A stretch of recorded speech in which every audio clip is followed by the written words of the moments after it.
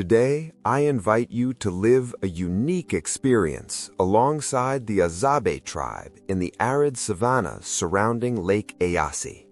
But this time, we are not setting out in search of a common prey.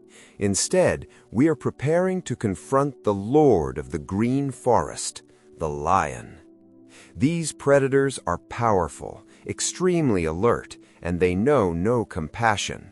When they bring down their prey, their dominance is absolute. For the Hadzabe people, failure means losing an invaluable meal, snatched away by the claws of the most feared sovereign of the savannah. Before beginning this dangerous journey, I witnessed how the experienced Hadzabe hunters gathered around the fire. The flames danced across their faces as they prepared their tools. They performed ancient rituals in silence and passed down valuable teachings to the younger members. Everything revolved around a clear strategy: recover the prey while at the same time confusing and driving away the lion. The arrows, coated with poison extracted from forest plants, were ready. The bows, made from flexible wood, were straightened with their teeth, an ancestral gesture that defines the Hadzabe people. These traditional weapons not only serve to paralyze large animals, but also to intimidate even the strongest of all. With the first rays of the sun touching the dry land, we left the camp in silence. Every step had to follow the direction of the wind, because a single mistake, a trace of human scent revealed, could turn us into prey. I blended into the shadows of the forest, observing every movement, even the smallest one. Cuck, step by step, slowly. During the dry season, water becomes scarce, and large prey migrates, taking with them the lion's source of food. That is why, on this occasion, we did not hunt. We seized the food directly from the jaws of the supreme predator. The lion's tracks turned the area into a forbidden and chilling territory. But the Hadzabe hunters, heirs of generations of knowledge, know how to read the language of the forest. The flight of vultures, the difference between a roar of satiety and one of warning. This is the true art of hunting, mastered only by genuine survival experts. I advanced behind them with extreme caution. The snap of a branch, a sudden change in the wind, and we could shift from reclaimers to prey. Every heartbeat, every breath was as tense as a drawn bowstring. In the distance, the pride of lions appeared as majestic silhouettes under the golden sun. The sovereign of the forest was also watching. He never let his guard down. His cold eyes gleamed among the bushes, full of suspicion. Between man and lion there exists an instinctive, primitive understanding, passed down through generations. For the Hadzabe, the lion is not just an enemy, it is a lesson in power, dominance, and respect for nature. Both know that a single misstep can decide who survives that day. When the moment was perfect, the leader gave the signal. A small group created false noises in the distance, while the best hunters approached stealthily like shadows. They know this well. No one confronts a lion directly. The strategy works. Force the predator to retreat and open the path to the prize. In that instant, an arrow was released, grazing its body as a warning. Sensing the danger, the lion turned and fled, leaving behind the prey it had hunted. But the Hadzabe know this well. A lion's rage does not fade easily. A single mistake could turn them into prey in a matter of seconds. Finally, the Hadzabe lifted the bounty abandoned by the lion. The barking of dogs and shouts of celebration echoed through the forest. It was not just a victory, but an act of respect toward nature, a tribute to the courage that allowed them to overcome yet another trial of survival. As we returned, the light of sunset bathed the savannah. I understood that nature is as cruel as it is generous. It tests, teaches, and rewards those who understand the rules of the game. Life among the Hadzabe and the lions is not only a struggle for food, but a story of instinct, intelligence, and bravery, an ancient cycle of survival that still continues. Thank you for joining us. See you in the next videos. Don't forget to like, share, and follow the channel so you don't miss the next episodes of our journey through the mysteries of the Hadzabe tribe.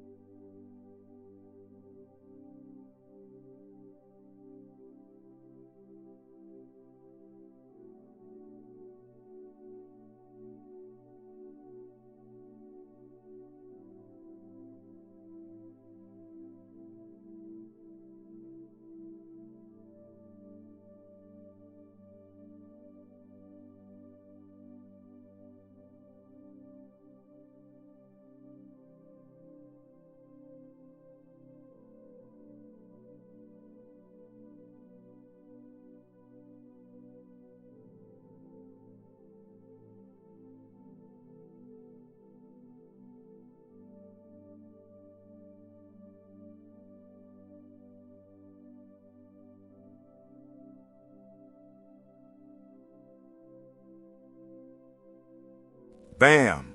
Ah. In a modern world filled with technology and constant development, in Africa there still exists a tribe that lives fully immersed in the wild. The Hadzabe, the last hunters of the savannah, have maintained their way of life based on ancestral hunting and gathering for thousands of years. On this occasion, their chosen prey is the baboon, an intelligent and extremely cunning species.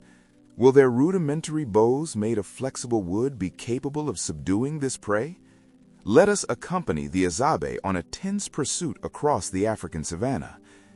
These monkeys are widely distributed across Africa, from the savannas and dense jungles to mountainous regions and even deserts.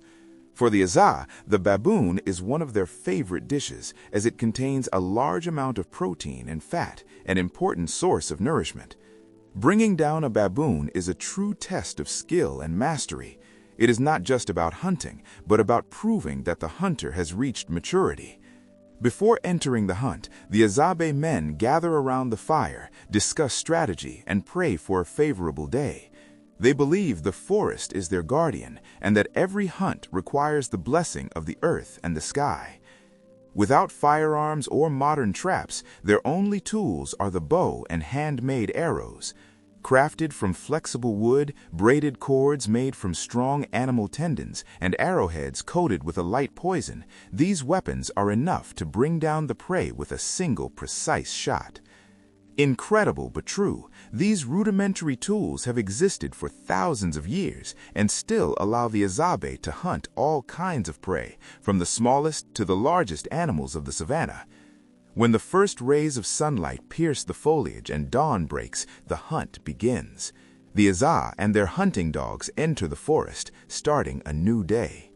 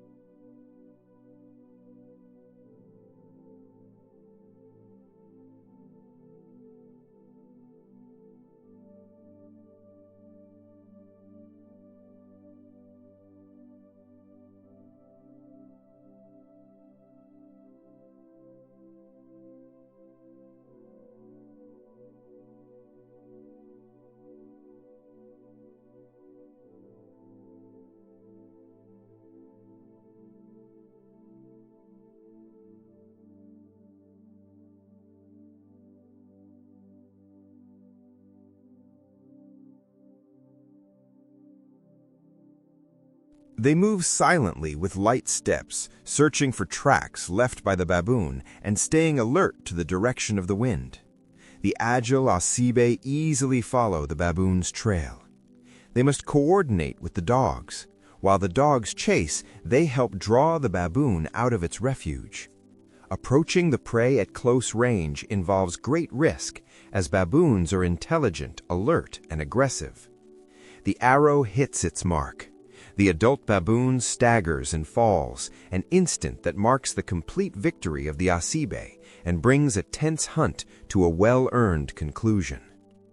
After an exhausting day of hunting, when the sun sets, the Hadzabe men return not only with prey for dinner, but also with the pride of a true hunter, a symbol of patience, skill, and intelligence needed to survive in the forest. In their improvised kitchen, they use simple ingredients: tomatoes, carrots, potatoes, and a bit of seasoning, creating a dish filled with the flavor of the savannah. "Hey, water!" Amid laughter, each piece of meat is shared equally among the Hadzabe. Hunting is not only about survival, but also a way to maintain a sacred bond with nature, where every prey and every drop of sweat reflects respect for Mother Earth. Their life is living proof that human beings can survive without modern technology, simply by understanding and harmonizing with nature. Through this journey, we witness not only an intense hunt, but also a lesson in harmony between humans and the wild. The Zizis are a tribe of approximately 1,000 people or more, scattered across the plains of Tanzania. They live year-round exclusively from hunting and gathering, isolated from society, without the support of technology or modern weapons. They rely solely on their knowledge of the forest and on hunting skills passed down from generation to generation. When they obtain food, they share it equally among all members of the tribe, ensuring that no one is left at a disadvantage. That is the way of life of the Hadzabe.